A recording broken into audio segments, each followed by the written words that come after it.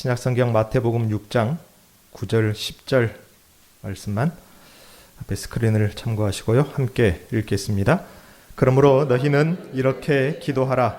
하늘에 계신 우리 아버지여, 이름이 거룩히 여김을 받으시오며 나라가 임하시오며 뜻이 하늘에서 이루어진 것 같이 땅에서도 이루어지이다. 아멘. 예수님은 그러므로 너희는 이렇게 기도하라 하시면서 새 백성들에게 합당한 기도문을 가르치십니다. 우리는 이것을 주기도문 혹은 주님이 가르치신 기도, 옛날에는 주님 가르친 기도 그렇게 워낙 그 발음을 많이 하다 보니까 가르치신이 줄여져 가지고 주님 가르친 기도 그렇게 많이 하곤 했어요. 맞춤법이 좀 많이 바꿔졌습니다. 그래서 제가 여기 부임한 이후로 주기도문을 낭송할 때에 저하고 조금 맞춤법이 달라서 당황하셨을 텐데, 이전에 사역하던 교회에서 새 주기도문에 맞춰서 하시더라고요. 여러분 찬송가 앞에도 있는데 아버지의 이름을 거룩하게 하시며 이런 식으로 하니까 처음엔 저도 굉장히 당황했어요. 근데 그렇게 한 몇 년 하다 보니까 이제 이전에 수십 년 동안 어릴 때부터 외웠던 그 주기도문 옛날 맞춤법식으로요. 그것이 어디로 가고 없더라고요. 그래서 어쩔 수 없이 찬송가를 보고 있습니다. 보고 하니까 맞춤법이 이제는 이제 달라진 거예요. 저 사람들하고도 달라지고 이 사람들하고도 달라지고. 그래서 아예 성경에 나온 표준으로 맞추자 해서 표준 성경에 나온 대로 제가 주기도문을 했고, 사실 또 그게 맞는 것이 교회 처음 나오신 분들이 주기도문을 그분들이 사도신경 정도는 이제 알아갈 텐데 맞춤법 하나라도 조금씩 자꾸 틀리면은 그게 조금 문제가 될 수 있거든요. 앞으로 몇 주간에 걸쳐서 주기도문에 대한 이야기를 나누고자 합니다. 이 주기도문은 세상의 일상의 삶에 대한 간구를 표준으로 맞춘 기도의 성격은 아닙니다. 하늘나라를 위한 삶과 관련된 것입니다. 사실상 하늘나라로 가고 있는 이 땅의 나그네로서의 삶에 대한 이 공동체의 신앙 고백과 밀접한 연관이 있는 것입니다. 우리가 지금 6장 말씀을 보고 있는데요. 6장과 7장에서는 이 땅의 질서에 속한 현세의 나라와 하늘에 속한 내세의 소망의 나라, 이 땅에 속한 현세의 나라라 말은, 땅의 질서라는 말은 죽음의 질서라는 말입니다. 예수님께서도 요한복음에 보면은 하늘에서 내리는 만나를 먹고도 그들은 죽었다라고 그렇게 요약해서 설명을 하시는데, 예를 들면 그런 경우입니다. 땅에 속한 질서란 말은 결국은 죽게 되는 질서입니다. 그래서 그 다음 내세를 알지 못하면은 그 죽음의 질서 아래 갇히게 됩니다. 생각과 사상과 인생의 목적과 생의 방향이 언젠가는 죽고 끝난다. 그러니까 이 땅에 사는 동안 잘 먹고 잘 살아야 된다. 이 땅의 초점과 목표가 설정이 돼버립니다. 그것이 이 땅의 질서라는 말인데요. 그러한 현세의 나라와 하늘에 속한 내세 소망의 나라, 이 두 나라의 간격을 6장 7장에서는 보여주고 있습니다. 하늘의 소망의 나라를 향해서 나아가는 사람이라면 이 땅에서는 철저하게 나그네라는 말입니다. 나그네로서 이 땅을 살아가는 이 특정 공동체의 삶이 무엇인지 6장 7장에서는 알 수 있는데요. 주기도문은 바로 그 삶에 대한 간구의 시작을 보여줍니다. 아주 단편적인 예로 앞으로 몇 주 후에 말씀을 나눌 텐데, 우리가 이 땅에서 목표를 이루고 이 땅에 정착하면서 살게 될 것을 성경에서 약속을 한다면요, 예를 들어서 구약 백성들처럼 가나안 땅에 들어갔어요. 요단강이 갈라지고 가나안 땅에 들어가서 이제 여기가 너희들 나라다. 너희들 조상에게 보여주었다. 여기가 약속의 땅이고 여기가 젖과 꿀이 흐린 땅이다. 여기서 너희들은 복받고 살아라. 라는 것이었다면은 기도를 일용할 양식을 구하게끔 가르치지 않았을 것입니다. 그렇지 않습니까? 지경에 지경이 넓어지고 야베스의 기도처럼요. 밭에 곡식이 많아지고 부자가 되고 장수하는 그 복을 구하도록 가르쳤을 것이라 그 말입니다. 하나님의 나라 안에 들어갔으니까. 그런데 예수님은 이미 지경이 넓어지고 창고가 가득 채워지고 외양간의 송아지와 염소와 양떼가 포도밭에 포도가 밭의 곡식들이 많아질 것을 이미 하나님의 나라 안에서 기도하고 있었던, 수백 년을 그렇게 기도해 왔던 그 백성들에게 예수님이 다시금 기도를 가르치기를 너희는 일용할 양식을 구해라 라는 것 자체가 이제 그 땅은 정착할 땅이 아니라, 창고에다 수북수북 가득히 채워놓고 정착할 것이 아니라 이제 나그네의 삶이 시작되었다는 것을 아주 단편적으로 한 단어로 충분히 설명할 수가 있도록 가르치셨습니다. 그렇기 때문에 이 주기도문을 통해서 두 나라를 우리는 볼 줄 알아야 하는 것입니다. 두 나라라는 말은 결국 하나님과 새로운 관계가 시작되었음을 말하는 것이죠. 그러므로 주기도문은 하나님과 성도가 새로운 관계에서의 기도, 새로운 나라에 합당한 내용의 기도입니다. 이제 모세에 속한 기도를 하지 말고 주님의 아들, 하나님의 아들에 속한 기도를 하라는 것입니다.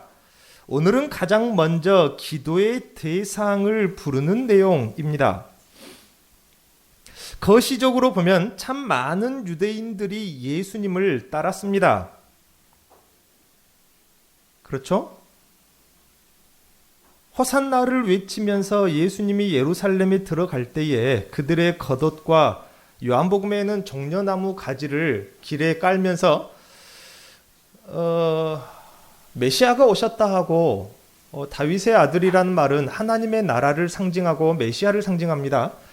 이 다윗의 아들이여 하고 그렇게 온 예루살렘이 떠나갈 정도로 난리법석을 피울 때가 바로 며칠 전인데, 그런데 그 많던 유대인들, 환호하던 유대인들이 어떻게 하루아침에 돌아서서 예수를 죽이라, 차라리 강도를 살려내라, 강도만 못하다, 어떻게 그렇게 하루아침에 돌아설 수 있냐 그 말입니다.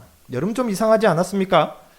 단순히 군중 심리는 아닙니다. 유대인들이 그렇게 군중 심리에 휩쓸려서 뭔지도 모르고 무조건 죽여라 살려라 그렇게 호락호락한 사람들이 아니거든요. 분명하게 이유가 있고 논리를 따져보는 사람들이 유대인들의 탈무드나 율법 주석서를 보면요, 이건 너무 심했다 할 정도로 글자 하나하나를 쪼개서 분석을 합니다. 이렇게 율법에 써졌다는 것은 이런 경우에는 이것이 율법을 어긴 것이고 이런 경우에는 어기지 않는 것이고, 이렇게 글자를 해석하면, 그런 식으로 우리보다 더 상징적으로 더 함축적으로 글자를 해석한 사람들이 유대인들입니다. 그런데 군중 심리에 이끌려서 뭔지도 모르고 예수를 죽여라? 엊그저께 환호했는데 그것이 아니다 그 말입니다. 분명한 이유가 있어서 그들이 돌아섰는데, 하루아침에 돌아설 만한 설득력 있었던 바리새인들의 논리는 무엇이었을까요? 예수님이 십자가에 죽으신 결정적인 죄목을 보면은 하나님을 아버지라 불렀던 것이 예수를 죽이게 했던, 그들이 돌아섰던 가장 명확한 이유인 것입니다. 어떻게 보면 이 주기도문 때문에, 왜냐하면 주기도문에 가장 먼저 가르치신 것이 너희는 하나님을 아버지라 불러라, 그렇게 가르쳤거든요. 예수님이 이 주기도문 때문에 사실상 죽으셨다 말할 수 있고, 많은 유대인들이 예수님에게서 돌아선 구체적인 이유입니다. 구약에 속한 백성들에게 하나님을 아버지라 부르는 것은 그야말로 어려운 문제였습니다. 그만큼 한 문장 한 문장이 강력한 기도문이었던 것이 바로 이 주기도문입니다. 그들에게 하나님은 여호와라 부르는 것이 전부였습니다. 성전에 계셨고 휘장으로 가리우고 멀리서 두렵고 떨림으로 왜 그들이 두렵고 떨렸을까요? 휘장으로 가리고 저만큼 보이지도 않는 곳에 계시는 그 하나님 앞에 가까이 가는 게 왜 두렵고 떨렸을까요? 그들은 작은 흠 하나만 가지고도, 작은 부정함 하나만 가지고도, 어떤 부정함입니까? 지팡이 끝에 흙알갱이, 흙먼지 하나만 가지고도 성전에 올라가기를 꺼려하고 두려워했던 그들입니다. 왜요? 율법에 하나님 앞에 나올 때 부정한 것을 가지고 오지 말라고 했거든요. 근데 흙은 부정한 것의 상징인지라 그 흙이 묻은 지팡이마저도 놓고 맨발로 여름이고 한겨울이고 걸어서 성전에 올라가던 그들입니다. 그들이 왜 그렇게 두렵고 떨림으로 갔냐 그 말입니다. 그러한 작은 흠으로도 정죄받는 관계였기 때문입니다. 재물이 대신하여서 하나님을 만납니다. 그들이 직접 만나는 것이 아닙니다. 재물이 대신하여서 연기가 되거나 재물이 대신하여서 그 피가 성전 안에 들어가서 하나님을 만나는 그러한 관계가 그들이 이해할 수 있는 가장 가까운 하나님입니다. 그들에게 이보다 더 가까운 관계는 받아들이기가 너무 힘들었던 것이죠. 당시 모든 구약의 공동체, 유대 공동체들이 그랬고 랍비들은 그러한 기도문을 자신의 공동체의 제자들에게 가르쳐 고백하게 하였던 것입니다. 물론 나중에 바벨론 포로기, 예루살렘 이스라엘이 완전히 멸망하고요, 바벨론이란 나라에 멸망해서 포로로 끌려갔다가 70년 만에 돌아왔을 때에 그들이 율법에 대한 대각성이 있었습니다. 그때 율법주의자들이 생겨난 것인데요, 그때의 랍비들이 가르치기를 우리가 하나님과 너무 간격이 멀었다, 우리도 아버지라 부르자, 그렇게 가르친 적이 있었습니다. 그럼에도 불구하고 그들은 그 랍비들의 가르침에 고개는 끄덕끄덕했지만 감히 하나님을 아버지라 못 부르는 것입니다. 그와 같이 예수님께서도 랍비들과 같이 자신의 공동체, 자신의 제자들에게 기도문을 가르치셨습니다. 그런데 그 가르치시는 기도는 핵심적인 부분이 너무나도 많이 달랐습니다. 당시 랍비들은요, 이스라엘 전체에 해당되는 기도문이 있습니다. 이스라엘 나라가 공식적으로 쉽게 말하면 채택한 기도문이 있어요. 왜냐하면 그 전에 말씀드렸다시피 기도라는 그 자체만으로도 이미 하나의 제사의 성격을 가지기 때문에 그들에게 기도문은 아주 중요한 것이었는데요, 각각의 선생들, 즉 랍비들이 가르치는 자기 제자들, 그 공동체, 그 가르침의 무리들에게도 이렇게 너희들은 기도해라라고 랍비들마다 자기 제자들에게 가르치는 기도문이 있었습니다. 그와 같이 예수님께서도 기도문을 가르치셨는데요, 그 기도에는 아주 파격적인 가르침이 있었습니다. 충격적이죠. 하나님을 아버지라 불러라. 그러한 관계를 가르치신 것입니다. 이후의 기도들은 이 관계 안에서 비롯된 내용들입니다. 그렇기 때문에 이 주님이 가르쳐 주신 기도, 이 주기도문은 우리들의 일상과 관련되어진 것이라기보다도 예수님이 가져오신 하나님의 나라가 어떤 것인지를 알고 그것을 향해서 걸어가는 나그네에게 필요한 것을 강구하는 기도인 것입니다. 누가복음에 보면은 그냥 아버지여 라고 이렇게 기록이 되었습니다. 누가는 그렇게 무언가를 말하고 싶어서 그냥 아버지여 라고만 기록한 것이고요, 마태는 또 다른 무언가를 말하고 싶은 것이 있어서 하늘에 계신 우리 아버지라고 그렇게 기록을 합니다. 여기 하늘이라는 것은 다른 복음서들에서는 그다지 많이 쓰이지는 않습니다. 마태의 독특한 언어의 특색인 것입니다. 성경에 보면은 하늘에서 하나님의 음성이 들려왔습니다. 예수님께서도 기도하실 때에 하늘을 우러러 보셨습니다. 승천하실 때도 하늘로 오르셨습니다. 유대인들에게 하늘은 하나님이 계시는 곳의 상징이며 하나님의 임재의 처소로 여겨졌습니다. 그래서 성전의 제사에 그전에도 말씀을 한 두어 차례 드린 것 같은데요, 구약 시대의 문헌에 성전의 10가지 기적 해가지고 그 중에 하나가 번제단은 밖에 야외에 있거든요. 번제단에서 재물을 태우면은 연기가 나요. 연기가 중요합니다. 연기가 제사의 마지막 과정입니다. 결정적인 연기를 사실상 연기를 위해서 재물을 태운다 할 정도로 우리는 재물을 태우는 왜요? 고기를 구워 먹어야 맛있으니까. 그래서 그 바비큐 집 앞에 지나가면 고기 삼겹살 냄새가 그래서 하나님이 이가 육체가 없으신지라 영만 있으신지라 이도 잇몸도 없어서 고기를 씹어서 못 드신 그 연기라도 맡으십시오. 그런 개념이 아니고요. 연기는 곧장 하늘로 올라가게 돼 있다. 언제요? 태풍이 불고 바람이 부는 날에 상번제의 연기도 하늘로 올라간다. 바람이 흔들리지 않고. 그것이 성경의 10가지 기적 중에 하나입니다.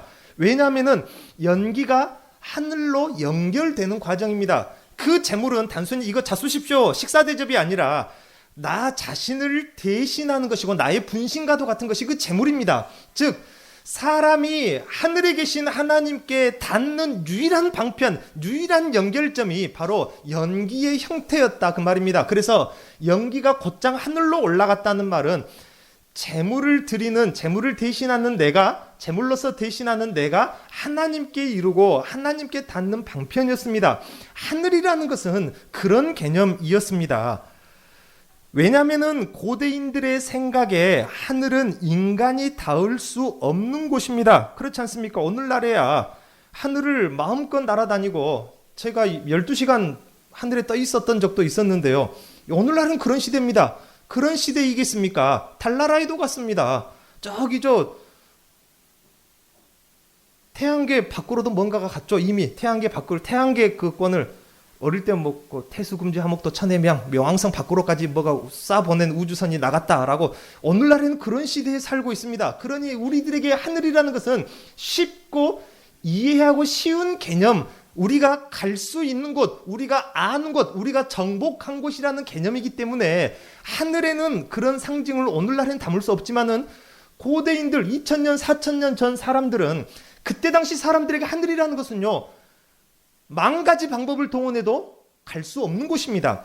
하나님이 실제로 거기 하늘 저기 달 옆에 어디쯤 안드로메다 옆에 어디쯤 거기에 계신다는 것이 아니라 상징적인 의미입니다. 하나님은 사람이 닿을 수 없는 곳에 계시는 분이라는 의미입니다. 사람의 지혜가 닿을 수 없는 지혜가 있는 분, 사람의 능력이 닿을 수 없는 그러한 능력에 계시는 분이라 그 말입니다. 그 개념이 바로 간격이라는 개념입니다.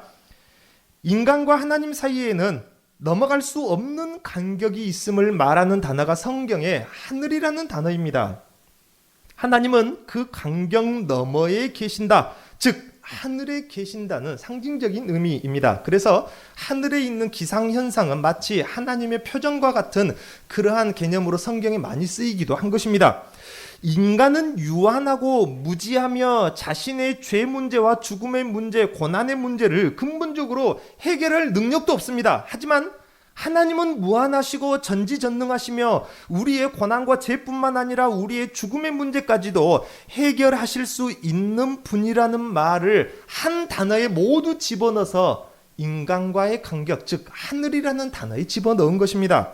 뿐만 아니라 구약 시대에도 여호와를 하늘에 계시는 분으로 표현하기도 하지만 자기의 백성과의 관계적으로 표현하면 땅에 계신 이 장막 안에 계신 하나님이었습니다. 그런데 그 하나님은 이제 하늘에 계시는 분입니다. 마태가 그 땅의 나라와 차별화된 나라를 말하고 싶을 때에 하늘에 계시는 분의 나라를 말하는 것입니다.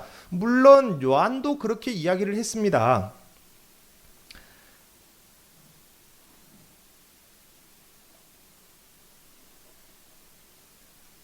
사람이 구원을 얻는 이 방법, 사람이 거듭나야 구원을 얻는다. 이 거듭난다라는 개념은 다시 태어난다라는 의미가 아니라, 물론 그런 의미도 함축이 되겠지만은 원문에 보면은 위로부터 난 자라는 말입니다. 즉 하늘로부터 내려온 자 말고는 하늘로 올라갈 자가 없다.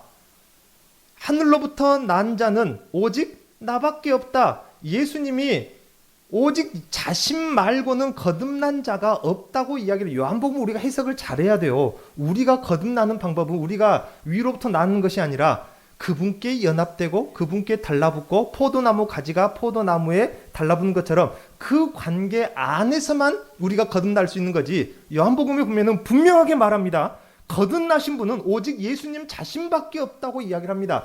그만큼 하늘과 이 땅은 간격이 있는데 그 간격을 넘어오실 수 있는 유일한 분이 예수 그리스도밖에 없다는 것입니다. 그분은 분명 이제 하늘에 계시는 분, 하나님으로서 이 땅에 오셨고 하늘에 계시는 하나님의 나라를 가져오셨고 그 나라를 말하고 있는 것입니다. 이제는 더 이상 땅의 나라의 유대인들만의 하나님이 아닌 이방인들도 그 관계 안으로 불러주시는 새 나라가 하늘나라입니다. 우리 입장에서 보면 얼마나 감사한 일입니까? 그러므로 우리는 하늘에 계신 하나님을 잘 이해하며 감사하며 찬송을 돌릴 수 있어야 합니다. 예수님은 이 하늘에 계신 하나님을 나의 하나님으로 가르치지 않고 우리의 하나님, 물론 나의 하나님도 되시지만은 분명히 영어 성경에도 보면은 Our Father라고 그렇게 이야기를 합니다. 이것은 무엇을 말해주는 것일까요? 하늘에 계신 하나님은 곧 교회의 하나님이신 것을 보여주십니다. 오늘 우리들에게는 그 의미가 크게 느껴지지 않지만 신약시대 예수 공동체 안에서 우리라는 표현은 참으로 의미가 깊습니다. 그 우리는 어떤 우리일까요? 이전에 구약의 땅에서 출교당한 자들입니다. 예수님께서 요한복음 보면은 한 소경을 고쳐요. 네가 어떻게 눈을 떴냐? 바리새인들이 지적할 때에 이 지금까지 메시아 중에서나 선지자들 중에서 이런 일을 일으킨 자가 없다. 그런데 저기선 예수라는 자가 내 눈을 뜨게 했다. 그럼 저가 누구겠느냐? 이렇게 담대한 고백을 하고 결국 그 소경이 출교당합니다. 예, 그때 당시 출교라는 것은 늘 제가 설명을 드리지만은 사형 선고나 똑같습니다. 어디에서 물을 마시겠습니까? 길 가다가 공중 화장실에서 물 틀어 마시면 됩니까? 그런 시대가 아니다 그 말입니다. 그때 당시 우물이라는 것은 마을 공동체의 유일한 소유입니다. 물이라도 얻어 마시려면 거지처럼 구걸을 해야 겨우 물이라도 마시고 양식이라도 마시고 상거리라도 할 수 있는데 출교 당한다는 것은 말 그대로 사형 선고입니다. 그런데 신약의 공동체가 우리라고 말하는 것은 구약의 공동체부터 쫓겨난 출교당한 그러한 사람들이 모인 공동체로서의 우리라는 단어이기 때문에 정말로 의미가 깊은 단어이다 그 말입니다. 그렇기 때문에 신약의 공동체에서 서로 구제하고 서로를 돕고 살아가는 것은 생명처럼 가르치신 이유가 바로 그것입니다. 이 땅의 모든 기업과 생업과 터전을 잃은 자가 되어서 오로지 그렇게 예수님의 이름만 붙들고 모여진 우리라는 의미입니다. 하나님은 이제 이들의 하나님이라는 기도인 것입니다. 그러므로 우리는 한 기도로 기도하며 한 상에 앉으며 한 떡을 떼는 것입니다.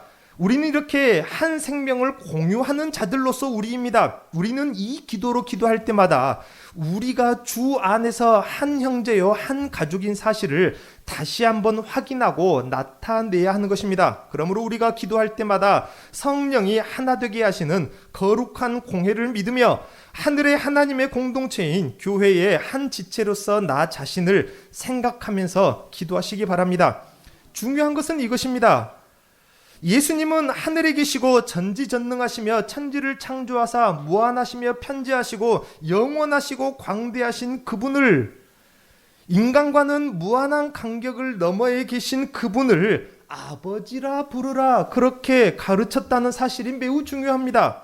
하나님이 우리의 아버지시라고 하는 것은 그야말로 신약 시대만의 독특성입니다. 구속사의 정점이라 말할 수도 있는 것입니다. 종은 주인의 집에 못 들어갑니다. 주인 안방에 쉽게 말하면 못 들어가요. 문 밖에 서 있어야 됩니다. 가리우고 문 밖으로 들리는 말을 귀담아 듣고 순종할 뿐입니다. 물론 그들에게 혜택이 주어지죠. 먹을 것과 잠자리가 주어집니다. 그런데 아들은 어디에 들어갑니까? 아버지가 계신 안방에 문 열고 아버지 하고 들어가는 것입니다. 쉽게 말하면은 아버지로서의 관계는 이전의 종으로서의 관계와는 차원이 다른 것입니다. 그렇기 때문에 이것은 구속사의 정점이라 그 말입니다. 구약에서도 이스라엘은 이스라엘 백성의 아버지라 가르치셨습니다. 하나님은 분명 이스라엘을 장자로 부르셨고 이스라엘의 왕을 아들들이라 그렇게 부르셨습니다. 그럼에도 구약 백성에게 그 하나님은 두렵고 어미로우신 분, 정죄하시는 분이었습니다. 불 가운데 계시며 돌진하시는 하나님이셨습니다. 그러니 이스라엘은 하나님을 아버지로 부를 수가 없습니다. 그들은 하나님을 아버지로서 누릴 수도 없었겠죠. 그래서 예수께서 여호와를 아버지라 부를 때에 유대인들은 그야말로 충격을 받을 수 없다라고 합니다. 신성모독이라 예수를 그 자리에서도 손가락질하며 정죄했습니다. 자기들은 한 번도 그렇게 불러보지도 부를 수도 없었기 때문이죠. 이것이 구약 백성들의 한계였습니다. 그런데 우리 주 예수 그리스도 안에서 하나님께서는 자비하신 아버지로 오셨습니다.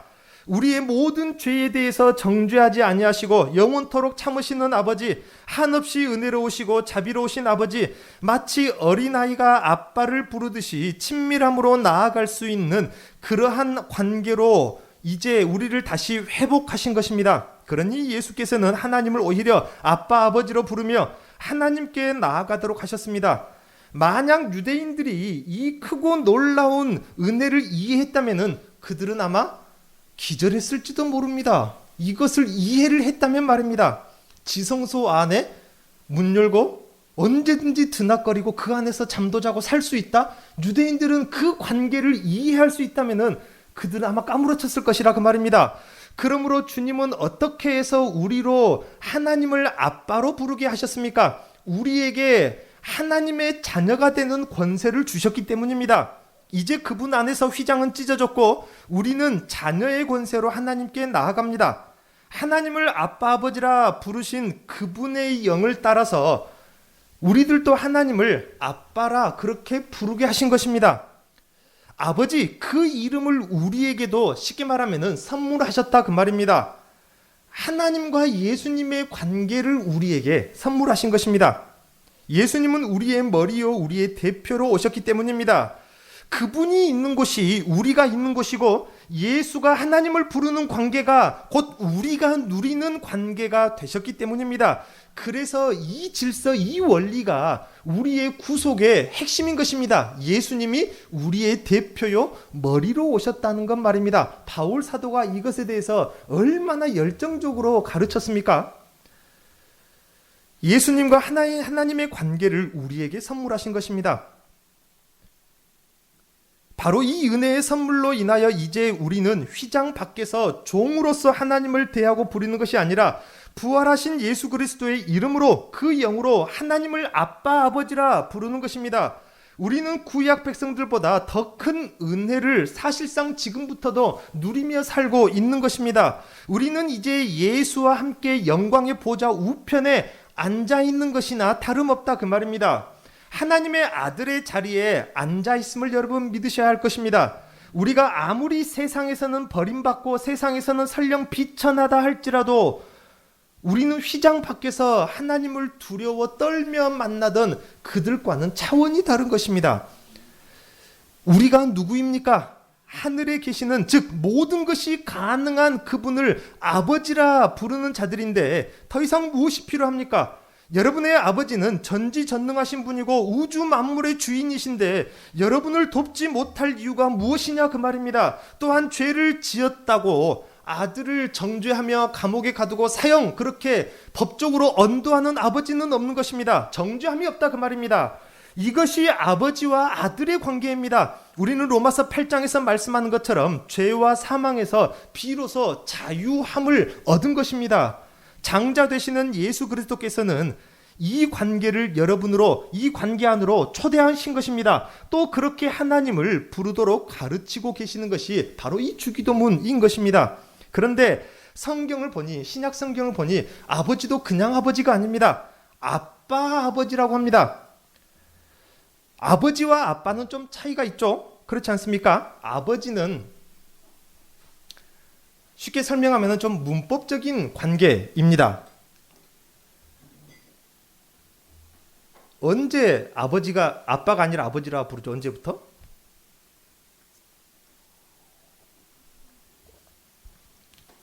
제가 저희 아버지한테 가서 아빠 밥 먹었어? 이러고 다니면 좀 이상하겠죠? 아버지 진지 잡수셨어.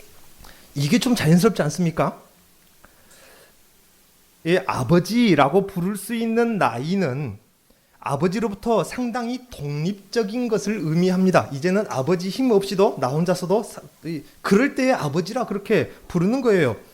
아빠 없이도 살 수 있는 정도 나이이고 관계입니다. 아버지 필요 없이도 이제는 내가 내 스스로 올바름과 그름을 분별할 줄 아는 나이가 되었을 때 아버지 하고 부르는 것입니다. 그런데 아빠는 문법적인 단어라기보다도 사실 의성어에 가깝습니다. 그래서 아빠라는 말하고 엄마라는 말은 전 세계 어디나 다 비슷합니다. 맘마. 어느 나라 말이게요? 맘마. 예. 이 비슷한 말은 미국에서도 쓰고 중국에서 쓰고 어느 나라에서나 다 씁니다. 파파. 왜냐하면은 어린아이가 아직 글과 말을 배우지 못했을 때에 그 입술에서 떨어지는 소리가 그냥 엄마가 되고 아빠가 되는 것입니다. 엄마는 어떻게 엄마가 될까요? 마 하면은 그게 엄마가 되는 것입니다. 그래서 대체적으로 엄마를 부를 때는 언제 불러요? 뭔가 보채고 울고 짜증낼 때 엄마를 울기 직전이거든요. 마 그러면 엄마가 오냐 저쪽 가 하는 것입니다. 그게 엄마가 되는 거예요. 근데 아빠 언제 이렇게 아빠가 되겠습니까? 기분 좋을 때 장난치고 싶을 때. 그래서 아빠는 그렇게 되는 거예요. 의성어에 가까운 것이 아빠 엄마라는 단어입니다. 문법적인 언어를 구사하기 이전 어린 아이들이 부르는 관계이라 그 말입니다. 그 부모가 없을 때 잠시라도 살 수 있을까요? 이 어린아이들 말입니다. 만약 하루를 다치거나 죽지 않고 넘길 수 있을까요? 그만큼 의존적이고 아빠라는 존재가 없으면 살 수 없는 관계가 아빠와 그렇게 부르는 어린 아기라는 것입니다. 즉 하나님을 아빠라 부르는 것은 하나님과 나와의 관계가 구체적으로 어린아이와 그 아비와 관계와 같다는 것입니다. 이전에도 말씀드렸다시피 머리 위로 기어오르라는 말이 아니라 그러니 그렇게 여러분 다가가십시오. 하나님 없이는 잠시도 하루도 살 수 없을 것처럼 그런 관계로 다가가시라는 말씀입니다. 아빠라 부를 때 여러분 생각나십니까? 아빠 그렇게 부를 때 여러분 어릴 적 갓난아기 적 그때 아빠 없이 엄마 없이 살 수 없을 그때 그런 관계로 하나님께 나아가라는 말이 아빠 아버지라 부르는 가르침입니다. 우리가 하나님을 아빠 아버지로 부르는 것은 그야말로 특권입니다. 우리 기도의 특권인 것입니다. 신약교회의 특권입니다. 이제는 이 특권을 누려야 한다 그 말입니다. 그러니 못할 말이 어디 있겠습니까? 어린아이들 아버지한테 말 가려서 합니까? 자기 몸이 안 좋은데 혹시 부모님이 걱정하실까 봐 아버지 제가 젖을 먹고 나서 분유를 먹고 났는데 배가 조금 아파서 설사를 그 말을 설마 걱정할까 봐서 아기가 말 가려서 합니까? 가리는 거 없어요. 그냥 배 아프면 그냥 웁니다. 그냥 울어요. 나 배 아파. 그리고 어린아이들처럼 아빠라고 부르는 관계라는 말은 하나님이 나의 아빠 아버지니까 못할 말이 없다는 것입니다. 남편이나 아내한테도 사실 못할 말 많이 있죠. 뭐 숨기는 것이 있어서가 아니라 남편이나 아내한테도 못할 말이 있는 거예요. 그런데 누구한테는 할 수 있어요? 아빠한테는 하나님께 기도할 때는 하시라 그 말입니다. 사람들한테 고자질하고 나쁜 말하고 악한 말을 여기까지 올라 참고 삭히느라 속병 앓지 말고 사람한테는 하지 마시고 저한테도 하지 마십시오. 나쁜 말은. 근데 누구한테 하시라고요? 다윗처럼 하나님한테는 못할 말이 없다 그 말입니다. 하소연을 하고 싶으면 하나님한테 하십시오. 그래서 하나님을 뭐라 부르라? 아빠라 부르라 가르치시는 것입니다. 기어오르란 말은 아닙니다. 저와 여러분이 이제 하나님의 아들이라는 것을 가르칩니다. 이 자녀되게 하기 위해서 예수께서 오셔서 그 고난을 당하시고 대신 죽으셔서 아들로서 태어나게 거듭나게 하셨습니다. 존귀하신 하늘의 하나님을 아버지라 부를 수 있는 자가 천국 백성이라는 가르침이 이 기도문입니다. 우리에게 주신 하나님의 아버지라는 이름, 우리의 마땅한 기쁨입니다. 감사와 찬송의 제목이 바로 하나님, 아까는 우리의 아버지였지만은 내가 기도할 때는 나의 아버지. 이제 기도할 때 하나님을 아버지라 부르시기 바랍니다. 아버지로서 그 앞에 나아가시고 자녀로서 나아가십시오. 우리의 기도는 누구를 향한 기도인지 오늘 말씀 가만히 생각을 해보시는 한 주 되십시오. 하늘에 계신 분께 드리는 기도입니다. 우리 모두의 하나님께 드리는 기도입니다. 그리고 나의 아버지께 드리는 기도입니다. 기도하겠습니다.